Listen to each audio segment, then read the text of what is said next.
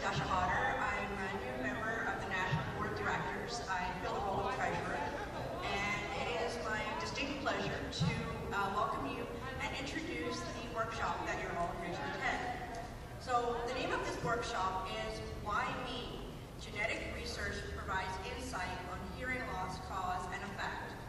So members of a Canadian Multidisciplinary Research Team describe their work to identify gene mutations causing hearing loss and how this creates opportunities to improve outcome for hearing loss. A clinical audiologist in Newfoundland for 24 years, Griffin has been participating in research for over a decade with Dr. Terry-Lynn to identify gene mutations causing hearing loss in Canada. She is the team's audiology expert and primary contact with participating families, and is an active member of the Canadian Academy of Audiology, the International Society of Audiology, and a lifetime member and a volunteer with the Canadian Hard of Hearing Association. Dr. Terry-Lynn earned her PhD in Human Genetics at Memorial University in 2000, completing postdoctoral studies at the University of Washington in the U.S., and returned to Memorial University in 2003 to study medically important disorders, including hearing loss, in the genetically isolated population of Newfoundland and Labrador. She received the Memorial University's President's Award for Outstanding Research in 2009, and is the scientific officer for CIHR Genetics Panel. Her team works with multiple Canadian families to identify gene mutations causing hearing loss. So I'd like to welcome Griffin and Dr. Terry-Lynn who are presenting this workshop.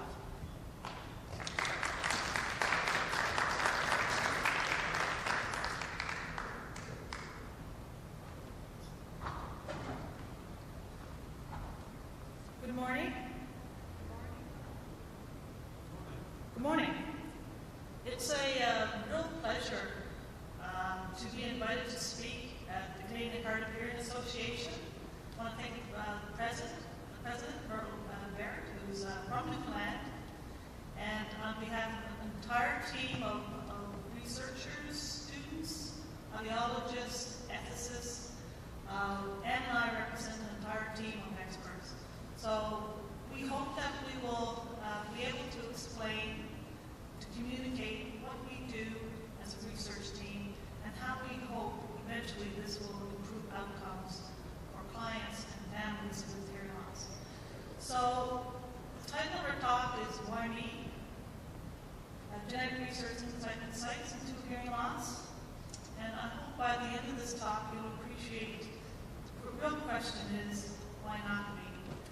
And with that, I just want to start just to explain a little bit about how I got into hearing loss research. And then I will go back and forth just a little bit so you get a flavor of who we are and how we work together. So, if you can see, we show here a photo of various people, students working in the lab. We have a genetic counselor sitting in a hotel room, gathering family history on the south coast of Newfoundland. And this is just an indication of how many people it takes to really make a successful research team.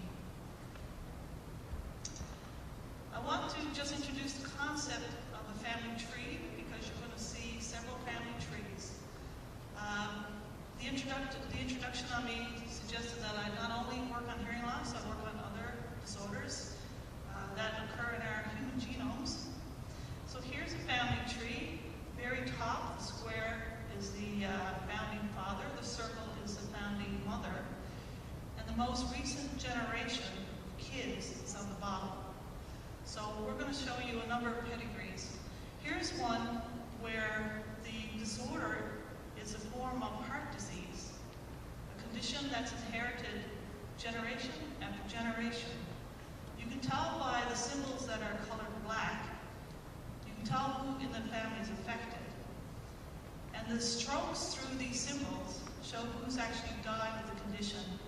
This is a condition that affects men particularly, and if they're not treated with a cardioverter implant in their chest, 50% of them will drop dead without any previous condition, previous symptoms the age of 40. So as you see, this too is a genetic condition, very severe outcomes. So we study these families in Newfoundland because Newfoundland has wonderfully big families, and it really does take a team to do this work. So I want to. I'm sorry to interrupt. Did you say that the study was done on the South Coast of Newfoundland? Yes, the very first study. So the question was this study done on the South Coast of Newfoundland? And the answer is yes. The very first hearing loss study was done on the South Coast, and I'm about to take you on a trip to the South Coast and just explain a little bit about how that happened. What about Grey River, the other coast? Yes, Grey River is on the South Coast of Newfoundland, and it too has families with hearing loss. Yeah. Right. Okay. And we'll have time after we do a talk for a little question and answer session as well. So thank you very much for that. So as a student at Memorial University, I was asked by the first clinical geneticist we had in the province, Dr. Elizabeth Ives in this picture, if I was interested in looking at families with hearing loss because there were educators within the provincial government who were really tasked to provide proper education for children with significant hearing loss on the South Coast. And so I said, yes, let's have a look. At the time, both Elizabeth and I realized neither one of us knew how to measure someone's hearing, and that we actually needed an audiologist. One of the audiologists at the Janeway Hospital suggested Anne Griffin, and if she wasn't available, she would certainly know who we could call. So I called Anne Griffin and said, now Anne, you might be too busy. I know you're really busy in Central, but can you suggest somebody who has time enough to go with a research team to the South Coast of Newfoundland? And she said, I'll go. And so she did. And that was back in 1999. We started a very fruitful research project on hearing loss. I don't know if you want to add something to that, Anne. So I want to tell you a little bit from my perspective as a clinical audiologist why this was so interesting and important to me. I graduated in 1989 from UBC, and I was very excited to practice my profession in Newfoundland, which allowed me to do all aspects of what I had been trained to do, hearing measurement and also the provision of good technology and support for people with hearing loss. But a few years into it, once I got my feet wet, I started to have some real concern about the things that we were missing, about information that we didn't have about hearing loss. And it sort of seemed like we were all ignoring the elephant in the room, which is what is causing all this hearing loss. I felt that there were many people coming to see me where we just did not have an explanation for why the hearing loss had occurred. And I thought, if it was another medical disorder, would not we be trying to find out why, where it's coming from, why it is occurring in the body, and what might be done about it? Instead, it seemed we were so focused on assessment and rehabilitation that maybe we weren't taking enough time to think about this or ask our clients. There were certainly some obvious causes of noise-induced hearing loss and genetic loss, but there were many more people that just didn't seem to have any answer to this. So when Terry asked me to participate in genetic research, I thought, aha, this is great. There's someone trying to understand more about the cause. And that's been a very important motivation for me to be involved in the research. So this trip was my first introduction. The people on the South Coast were, by and large, my clients. They had been coming to the hospital in Grand Falls from this area, and I knew many of them and their families. So it was a good choice to get involved. I already had some strong connections with the families. Okay, so that's just a little bit of history of how we started working together as a team. I'm not going to talk too much about that particular study, but it was successful, and it really led to bigger things. So here's one of the small communities on the south coast of Newfoundland, and you can see there's very few houses in a very picturesque bay. So our study objectives after that success were quite lofty. We wanted to not only identify every gene in the province causing hearing loss, but we really wanted to understand person's lifespan with this hearing loss? Did it stay the same? Did it get worse? Were there other complications? We wanted to understand whether this information was useful to families who were affected. And we had hoped that if we studied long enough and hard enough and got to know the families well enough, that eventually we would improve diagnosis and we would really be able to improve clinical management of clients and their families. So this was the families that really helped to inspire us to keep going and to try to understand more about their hearing loss. So this is where I give a little tiny lecture, and I apologize. I'm a professor by training, and I lecture to my own brothers and sisters all the time, which they don't appreciate. But I hope that I can give you a little refresher on the basic biology and basic genetics, so it can help you understand how hearing loss can happen in families. So there's one concept that I want to get across. We look at families in Newfoundland because Newfoundlanders have large families. We have families in the study that have 23 sisters and brothers. We have families in our study where we have identified 9 generations. So we can go back to the 1800s. That's very useful because if you have many, many generations and many people in the family, patterns emerge that wouldn't otherwise emerge if you just had a nuclear family of parents and a couple of kids. So it's not so much that Newfoundlanders are horribly inbred. It's more the fact that Newfoundlanders historically have had very large families and people know their family history, and that's very helpful for us in research. So the concept of a clan is that even if you're from a small family, you have parents, you have grandparents, great-grandparents, great-great-grandparents, and if we all go back far enough, there's a lot more relatedness than we appreciate than just by looking at your immediate family tree. And so the concept of a clan is very important for this purpose. And that's because if you really want to know what you're headed for as you age, the more you know about your family clan, the more you'll know about what's in store for you potentially. So here's a cartoon. When we take a picture of our family, we usually can only take a picture of those relatives who are alive. 2, 3, 4 generations, correct? If we could take actually in the picture all previous ancestors and all future kids, we would really have a good idea of how traits are inherited, including diseases and ability in families. So that's the concept of a clan. And if you think then on the bottom you have the square that's a boy, another square that's a boy, another square. So there's 3 sons. One is filled in, and that person has some disorder, say it's the heart disease. If you look back through, the heart disease came from his dad's side because he has an affected aunt. And if you could really follow that clan back, you might see when that mutation arises in that extended family. Mutations that, we all have mutations that have been in the human population for a very long time are usually ones that aren't so severe because people survive long enough to reproduce and have the next generation. Mutations that arise in the population in your generation or your parents' generation, much more potential to be extremely harmful because they're new and you haven't had to survive and pass it on to have a mutation affect your health. So this is just to show that what goes on in your family and in your clan is very important to your own health. And it's the more recent mutations we have to worry about. So I think what's a surprise to most people, including most audiologists, is on average, at least half of hearing loss, even hearing loss as a single person, in a single family, is due to a single mutation in a single gene.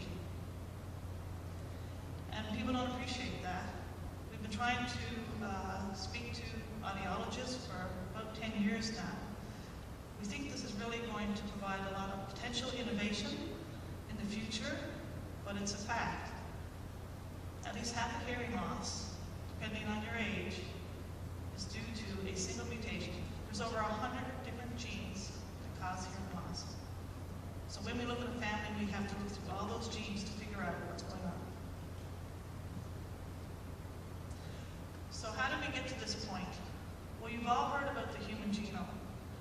The human genome was sequenced back in 2001, and really the revolution in our understanding of hearing loss comes from our understanding of the human genome. And hearing loss was actually one of the earliest diseases to be looked at, or earliest conditions to be recognized as having a hereditary component and to be looked at.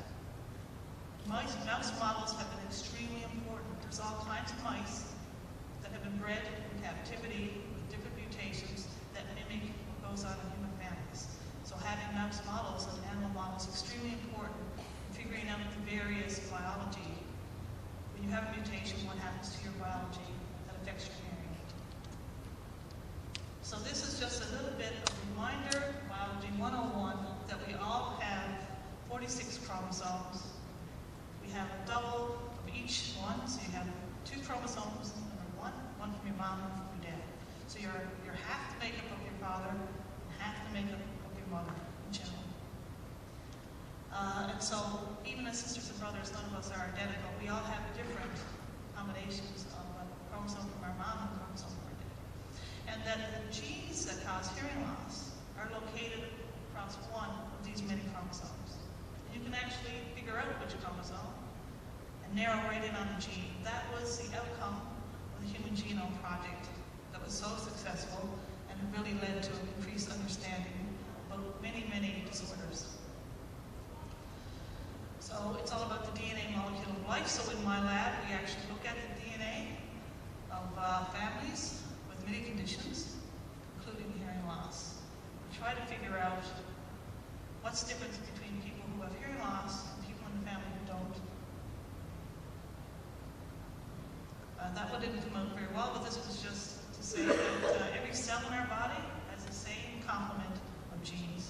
So you have, if you have a gene that has a hearing loss mutation, it's not only in your ears, it's also in your feet. So those mutations, those genes are everywhere in our body, but the expression is different depending on which tissue. And the big effect of a mutation is not about the gene. Genes are just messages that encode a sequence of amino acids that make proteins. And proteins are the business players in your cells. Proteins are your enzymes that cause reactions to happen. They create the structures of your cells, the cell walls. They're really the business partners of your cells. So it's not the genes, it's their effect on the protein. So what happens when genes go bad? So most of the gene mutations, both for hearing loss, cardiomyopathies, epilepsy, cancer, these mutations are often a single gene, a single change in the DNA that causes a problem. Sometimes you can have a missing gene, but often it's just a change in the code. So this is my attempt to show you with an example of a sentence how a code might be changed. So if the natural code of DNA was the hat was red and the tie was red too. So that's the message that's going to be converted into a protein. Now, if you had a base in the DNA that was inserted, so it was abnormal, but the sentence still reads, the hat was red and the tie was red too. The mutation is there, but the message is the same. So it has no effect. So we all have mutations that have no effect. However, the code can be scrambled so that you have an insertion that changes the reading frame. So you can see that you can't read the next one down. The ha, wa, sa, da. It makes no sense. And those proteins are scrambled and they don't function anymore. And there's another one on the bottom, the code is misread. So here you have a deletion that removes the code. So instead of the hat was red, it just says the was red. And the tie was read too. So this protein has a piece of it missing. And depending on where in the protein that piece is, it can have a devastating effect on normal function. Okay, so that's just sort of an analogy of the effect of mutations. So I don't want to spend too much more time on that. I just want to say now that there are typical patterns if the family is large enough and you have gathered enough clinical information that you can figure out how hearing loss has traveled in families. Here's a situation of what we call a dominant mutation. So the mutation dominates over the good copy. Remember, we all get 2 copies of every gene, one from our dad, one from our mom. So if the mutation is dominant and very powerful, it can actually ruin the good message that's coming from the good copy. And that's where you have, so the mutation is on the chromosome, it's a little red block. So every child who inherits that mutation also inherits the hearing loss. And those patterns are easier to see when you have huge families like we do for Newfoundland. On average, 50% of the kids will have inherited that mutation, and 50% of the kids will also be hearing loss. But we have seen families where, by chance, none of the children are affected, and also situations where all of the children are affected. Every birth is a 50% chance. So you'll see various combinations, but that's on average. Here is one of the most common patterns of early onset hearing loss. The parents are hearing, however, they each carry a recessive mutation. So this mutation is there, but it's weak. By itself, and in your cells with a good copy, it has no effect. And then parents are hearing. So they are not aware that they're carrying a mutation for hearing loss. But the children who receive one mutation from each parent, now they have no good copy of that gene and their hearing loss. At least 50% of kids with pediatric onset hearing loss have a recessive form. So there is no pattern in the family. They are the only ones, but actually it's a genetic form of hearing loss. So I'm sure you've all heard, seen on TV, watch CSI. We actually can sequence the entire human genome now. It costs $100 billion. The first one we sequenced back in 2001. Now it costs about $1,000 each. This information will revolutionize medical treatment in the future. And in a research lab, it's really changing our approach because we can look at multiple genes at the same time. The data is enormous to walk through, but we get lots more information. So you can have your own human genome on a chip that's the size of a postage stamp. So if I were to sequence everyone in this room, what would I find? Well, what we're finding so far, we've got thousands of people sequenced now. We're extremely buggy. We all have thousands, if not millions, of variations. So it's not like you have one mutation and you have a hearing loss. You have many, many mutations. Some of them are good, some of them are bad, and some of them are indifferent or neutral. So in research, we have to sort through that and figure out what's going on. And that's why following your clan and your family is really important to sort through those. The other thing that's interesting is that even though we sequenced the human genome in 2001, trying to identify along the chromosome which pieces of DNA code for a gene is quite difficult, because most of the DNA doesn't code for anything. So we're still estimating the number of human genes we have. That's why we're still into gene discovery. And the number is somewhere between a chicken and a grape. So if you start to feel smug that you're on top of the evolutionary tree, you might want to think again, because a grape has more DNA than you do.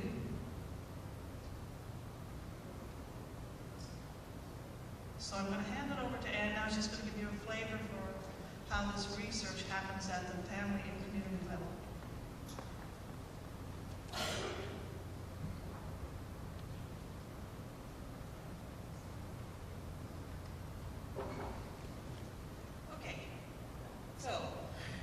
that's a little science lesson, and I know it's hard to absorb, and believe me, it's hard for me to absorb too, even though I work with the geneticists.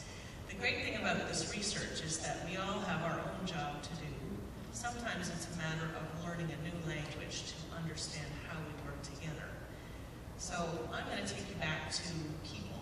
We've looked at the microscopic level of what genes and DNA do, but we're going to talk now about people. So, thinking about this, first of all, the crucial point is without the family, we don't have any research. The family is our entire source of information that is essential for this research. The essential contributor of both information as in data and insight about hearing loss. So what does this information consist of? First of all, as Terry showed you with the family tree, we take a family history. We also take DNA samples, and we also take measurements of hearing and other aspects of auditory function. Let's talk about family history first.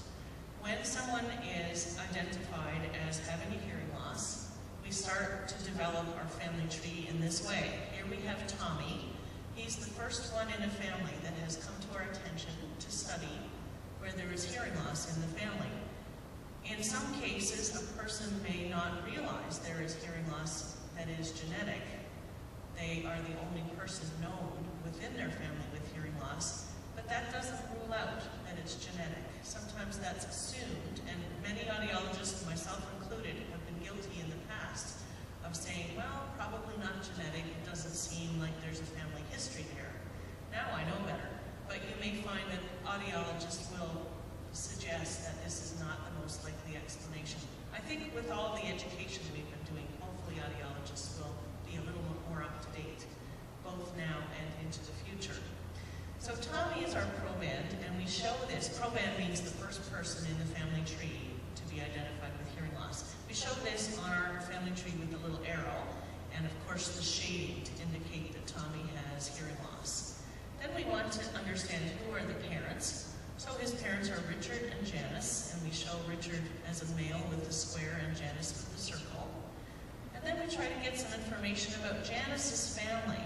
So you can see from the top of Janice, you see the link up to the parents, but you also see beside Janice is her sister's husband, and their children. No hearing loss there. Then we look at Tommy's father. So Tommy's father has twin sisters, shown by those two circles with the little triangle above, and a brother, and parents, of course, and Tommy's grandfather has passed away on the paternal side. So then we put this together, and now we see a little bit more detailed history of Tommy's family in 3 generations.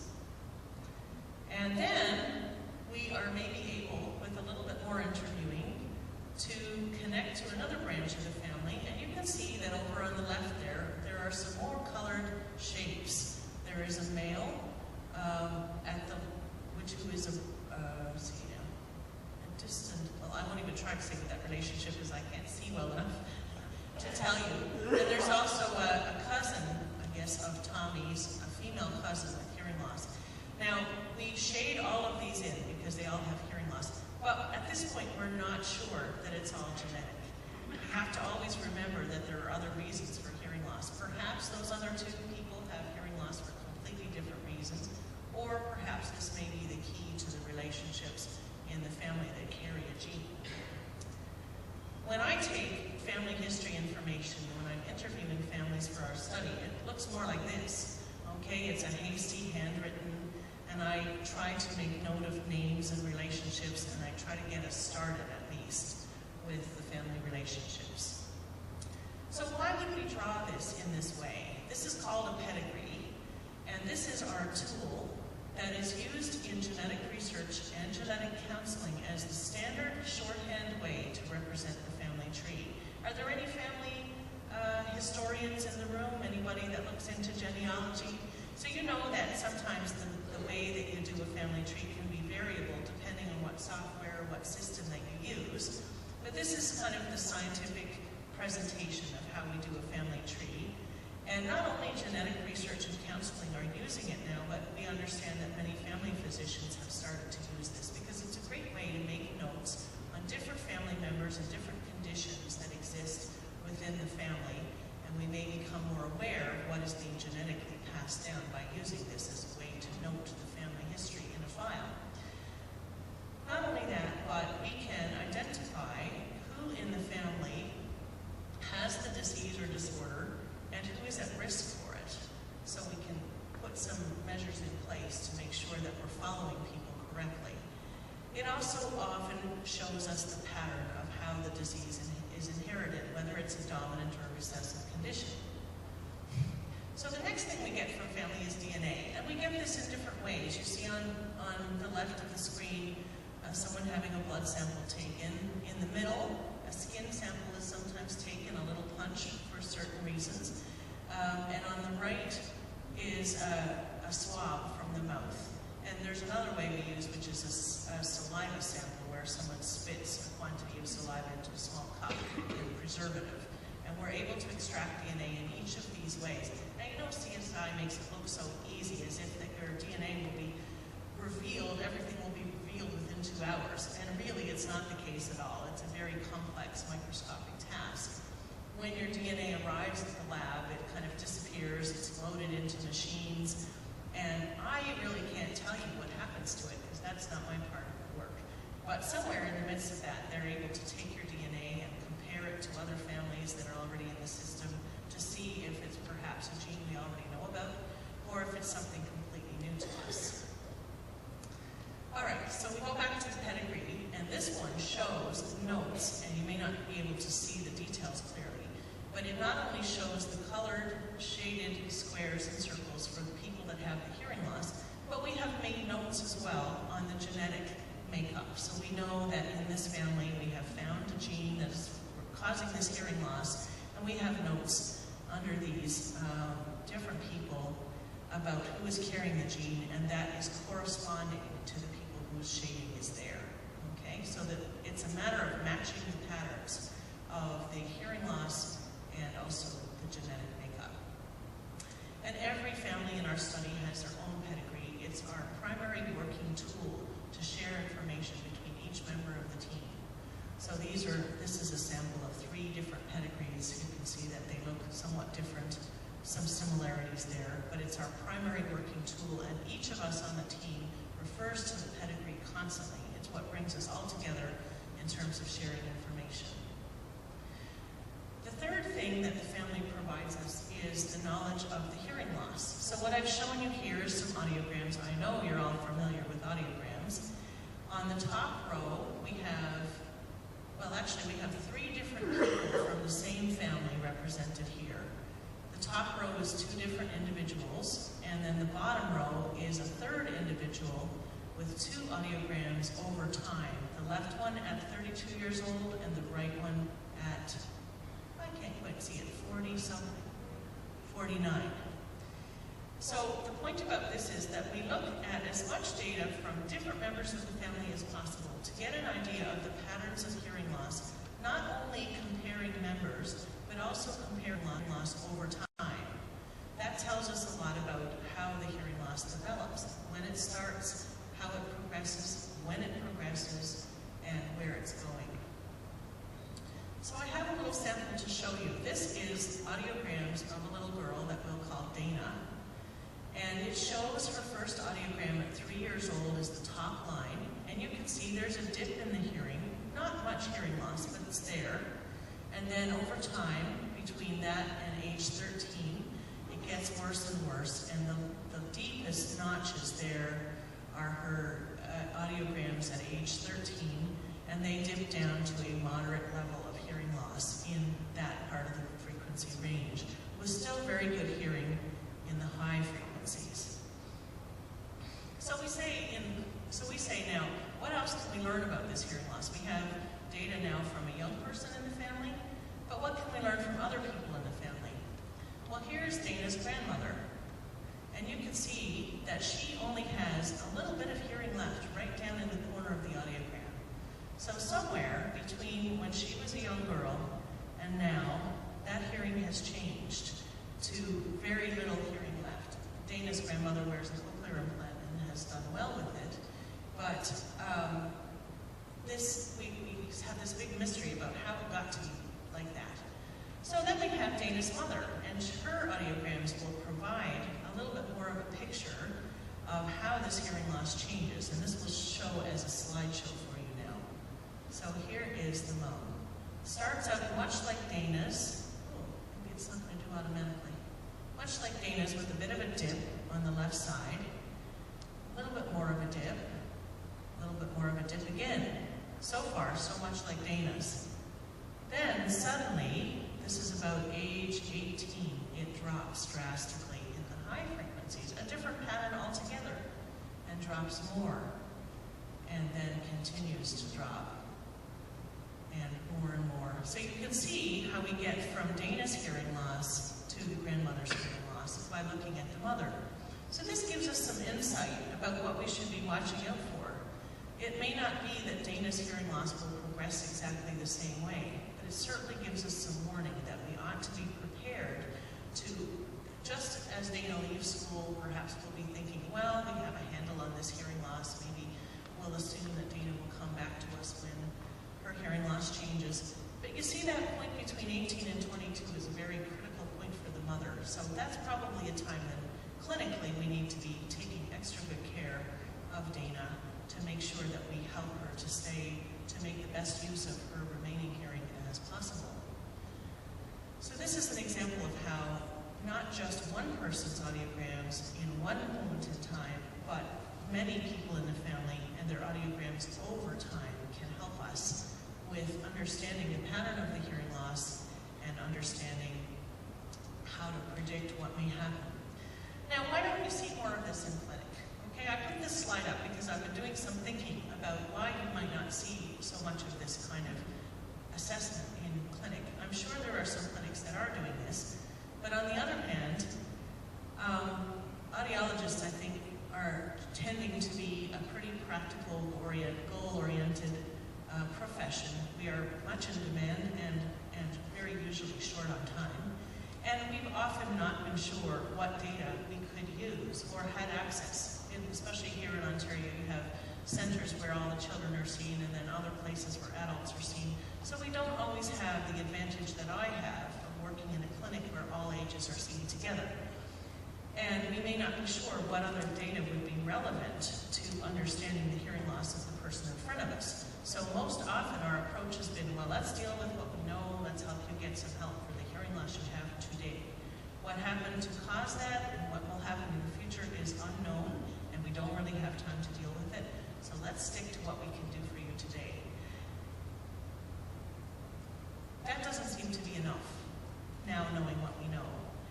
And things have not changed yet, but they will.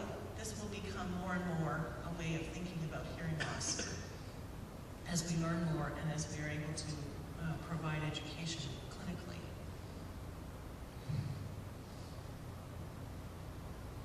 Now, because audiologists have been like that, you sort of say, so why does this matter? And of course, we want to come back to the family and say, why does it matter to you? So what I did was I started to ask some of our family members in the study why the knowledge of genetic hearing loss matters to them. So this is one question I posed, and I need to get a little closer so I can see it better. In addition, I asked one of our study subjects that is in the very first study where we discovered that gene long ago. And I said, so in addition to the challenges that hearing loss has created for you personally, how does the fact that this is a family inherited hearing loss affect you and your family? And this was his answer. I'm really having trouble seeing this.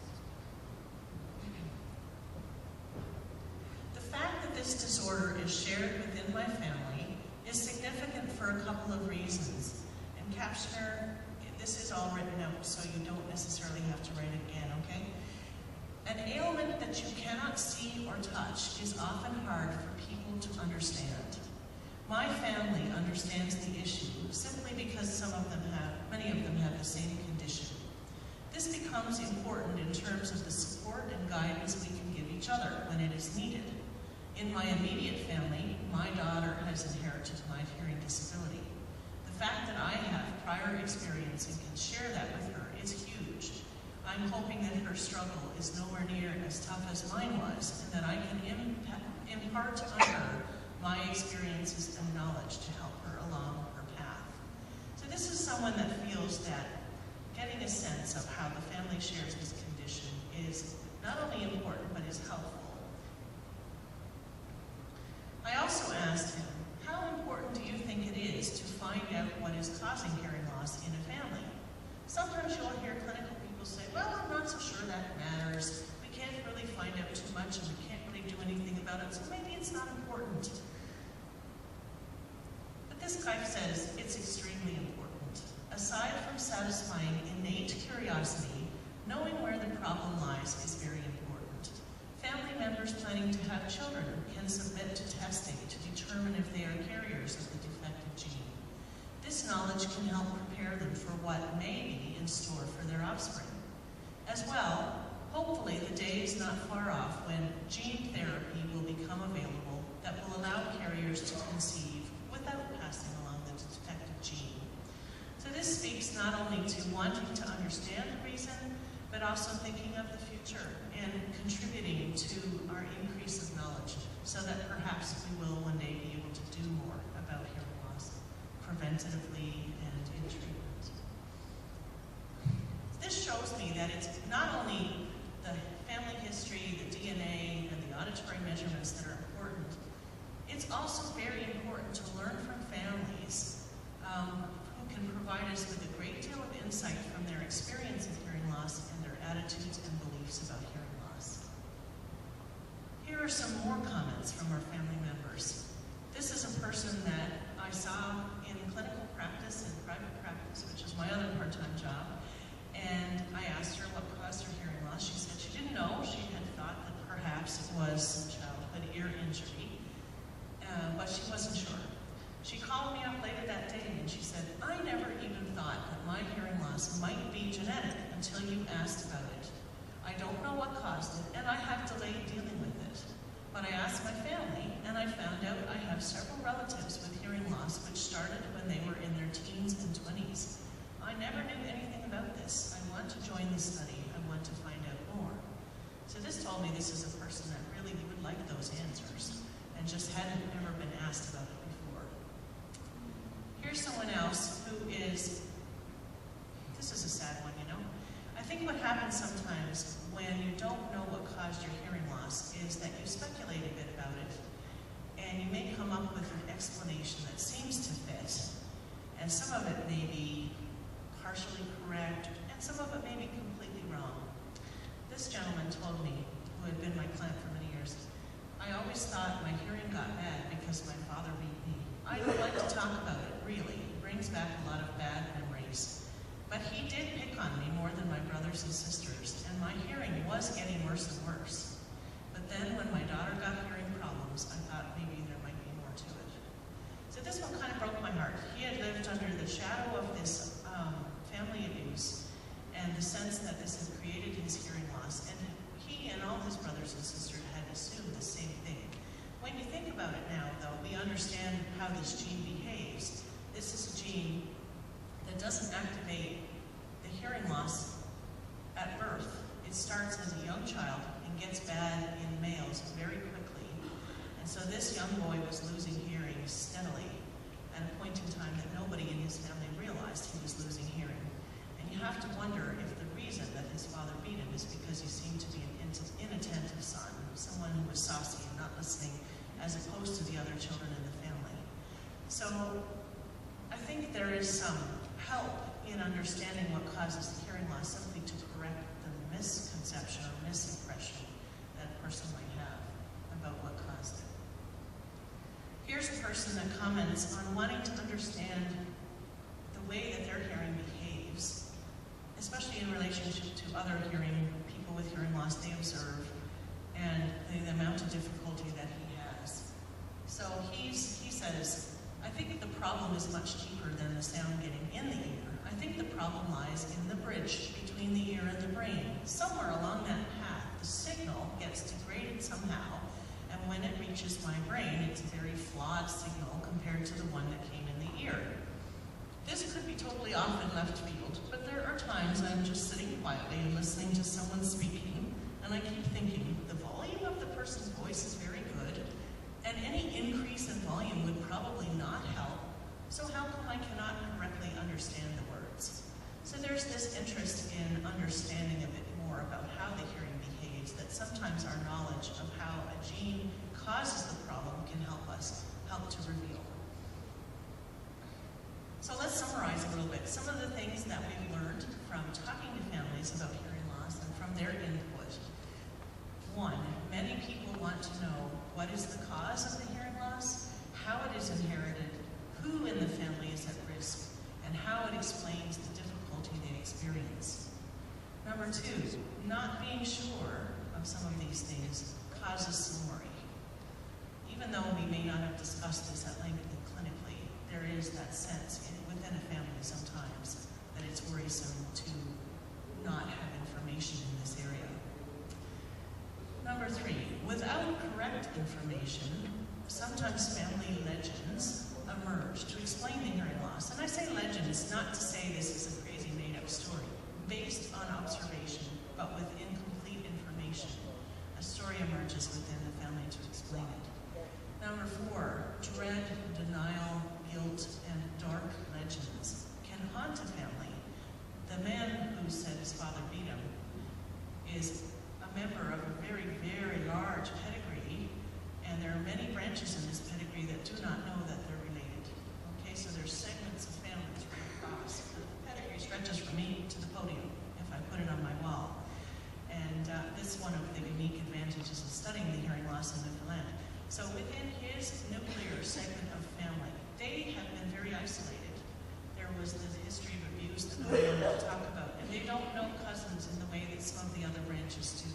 So I think that's an example about how that has hung over their head in some ways. Number five, incorrect information, assumptions, and fears can cause delayed identification and treatment. So that may put people off from getting help.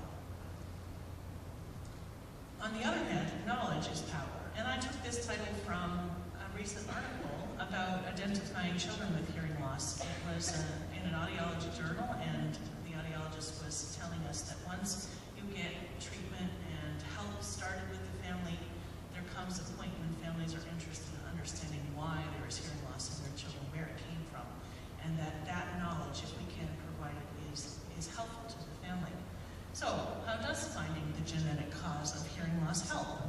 Well, it helps us to identify who has the gene, who doesn't, who's at risk. We can stop worrying about people that don't have the gene, and we can take extra good care of those who do to make sure that their identification and treatment is timely. It helps us understand how the hearing loss progresses. It helps us to plan how best to manage it. And when I say that, I don't mean just clinicians. I mean that it helps families to be empowered to take a role in this. You're not just passively going when the audiologist tells you to. You know more about the hearing loss, so you can determine what kind of steps that you can take to manage this hearing loss effectively in your family.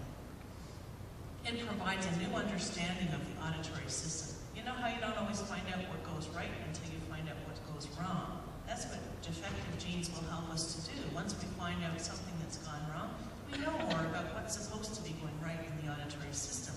And this in turn leads to potential future research that might come up with innovative solutions and prevention strategies for hearing loss. And in addition, you would be happy to know that this could help us to improve the efficiency of our healthcare services, that this could help clinicians be better informed and to work with you to make better decisions about recommendations for hearing technology, for monitoring of hearing loss, and that, even just to save costs in the healthcare system as well. Now, I just want to make one last point clear, which is that if you are interested, if you feel this information is relevant and interesting to you, you would like to have an understanding of whether there may be genetic cause in your family, you will find that we're not far advanced in this in Canada yet. We're testing for certain genes, perhaps not others. There are, however, genetic centers right across Canada marked by those stars, and they are clinically set up to provide counseling and testing. If you are interested in pursuing this, we are not able to do that for you. We're a research team, but we would urge you to speak to your family physicians, your ear, nose, and throat specialist, your audiologist, if you would like to pursue this. And that's the way that we will drive the system to make this a more important part of care for hearing loss. For our part, we are interested in making sure that research on hearing loss and genes, as it advances in Canada, that it doesn't advance in sort of silos and separated. We want to make sure that we are on the same page, that we're tracking what each other does, and that we're stimulating more research. There's not a lot of it being done in Canada yet, but we hope that through the Canadian Genetics and Hearing Network, which is just a fledgling beginning, that we will be able to not only stimulate more research and partnership, but that we'll be able to make sure that people stay connected and informed. Our purpose is very much in line with our conference logo, which is to empower all Canadians living with hearing loss. Thank you. I realize I've gone a bit late. So you have questions? Can we take some questions? Yes. I'll repeat the question. Oh, no, I'll pass you the mic. That's the better thing to do.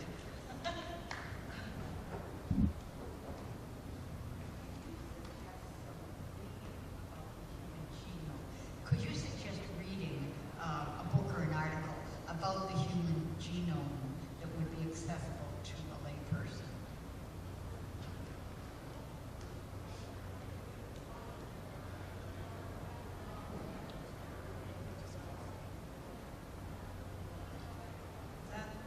That's an excellent question. I'm scratching my head because nothing's coming to mind. I do know that there's lots of resources online if you're a computer user. If you're not, we could endeavor to find that information and get it to you. So perhaps you can contact me after. But there you've just identified a gap that we need to fill somehow. I realize I haven't left you very much time at all. I'll run over with the mic to you.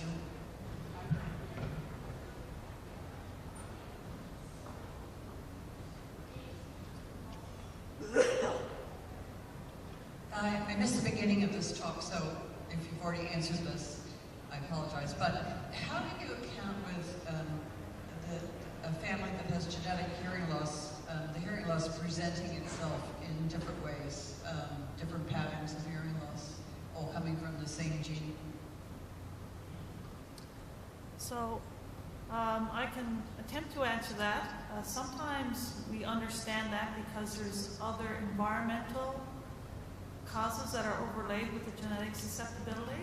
So there's some of those cases we know about. Often we're not sure, frankly, why that is. Whether it's gene-gene interactions or gene-environmental interactions. So for most of these differences within families, we have no explanation. I have a question for each of you. Okay, the first category, I would actually the possibility of a gene therapy. What are the ethical implications of a gene therapy? But I see a lot, there be a possibility that it will cause over into that area of eugenics.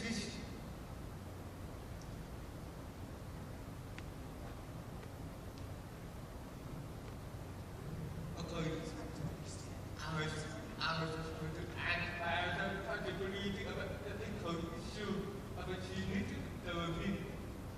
Okay, so yeah, I think the question. No. I think the question is how I got involved in genetic research. Was that your question? No. Oh, sorry.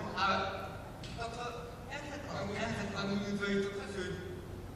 Okay, the idea of a gene therapy, there is an ethical issue involved with it, right? Actually, how much ethical issue would it be for you to be involved with the healers?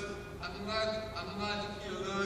There's a right of ethical issues, but the idea of a gene therapy was a possible ethical conflict we must have with the doctor community to reverse cochlear implant and hear aid for child, the ethical issue of success in gene therapy otherwise to a person who is competent enough but he will into the community. How are you for it to minimize your loss in the general population? Okay, thank you. Well, you know, I think you're raising a wonderful point about there being ethical issues and a lot of concern, as we know historically on the part of the deaf community about surgeries. And these are not questions we can answer ourselves, but you'll be happy to know that there is a special group of people that are contributing a great deal to genetic research, and they're called GELS specialists. GEEELS, 3 E's. And they specialize in ethical, economic, educational, legal, and social aspects of genetics. And we need their help to navigate these difficult concerns. There are many more, not only to do with surgery, but also to do with when you find out what kinds of things that may affect you at age 40 or 45, and so on. So it's a great question you're asking, and there isn't an easy answer there at all. But one of the things I'm convinced about is that we need to keep talking about them. We need to keep talking about what those concerns are. We need to hear from the communities, all of the communities affected by hearing loss. Thank you very much for bringing that up.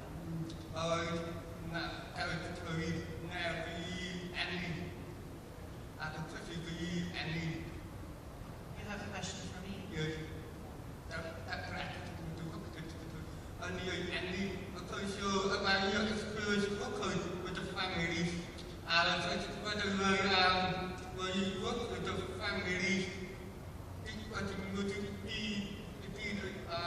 more of a part-time geographic area, or were you working with a more overall of the country area?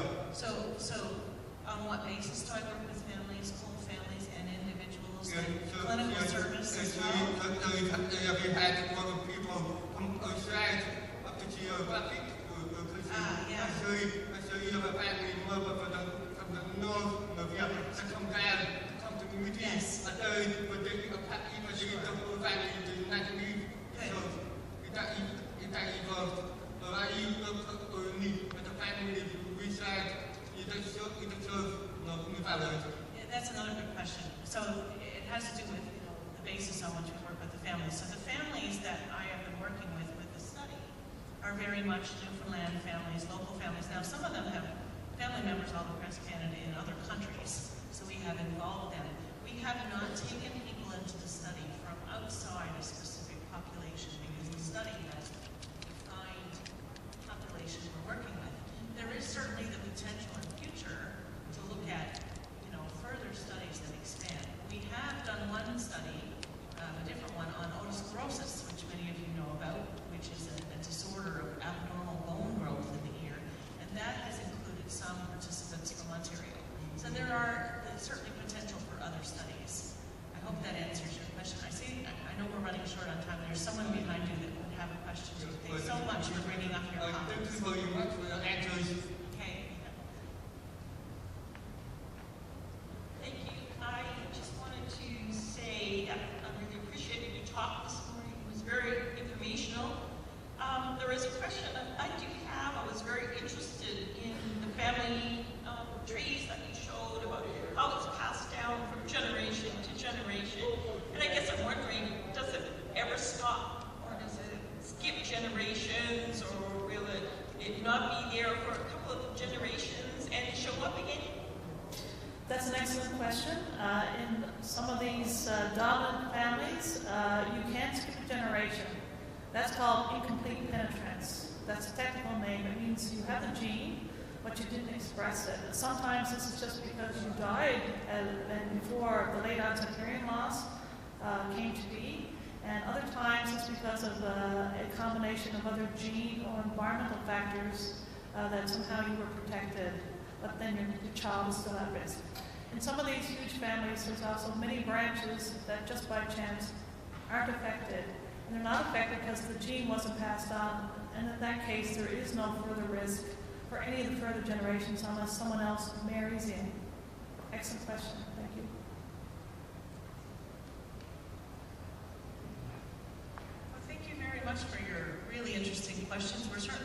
talk with you more about this throughout the rest of the day while we're here at the conference.